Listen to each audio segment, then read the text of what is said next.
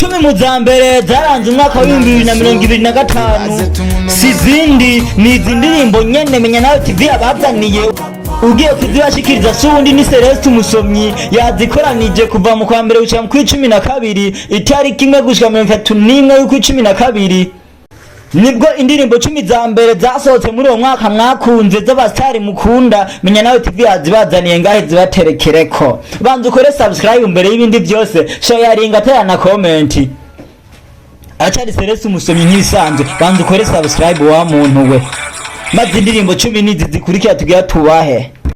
Indirimbo y'10 ni indirimbo yitwa Papa y'umugwi Victoria's Team, ni gospel nziza cyane.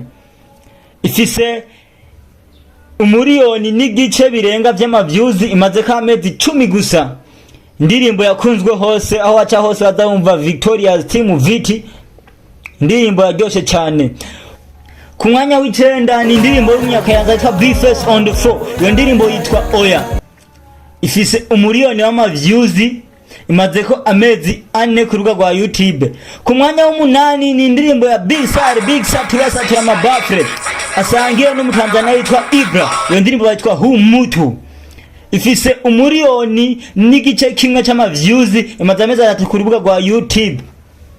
Ku mwanya w'indwi hari indirimbo y'umugwi Billman Boy bari kumwe na Mwarabu Sheri wa Monya Flair ariwe Lino G.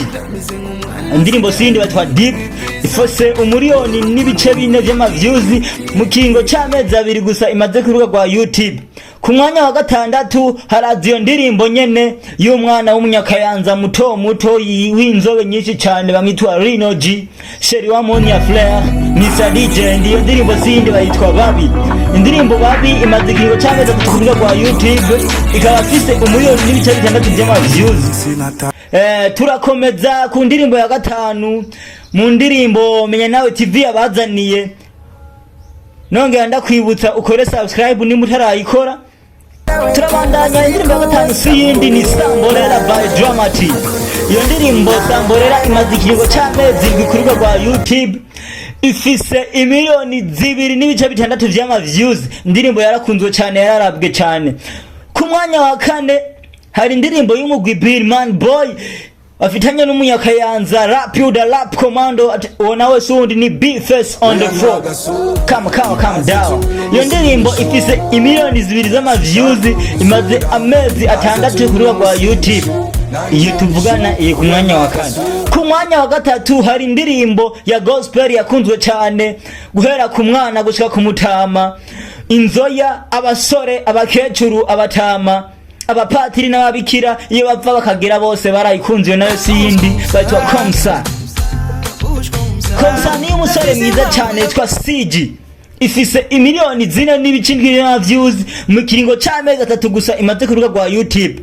Nk'ibisanzwe aracari Celeste Musomyi muri kumwe. Banza ukore subscribe n'undi akwibutsa, sharing kubita na comment.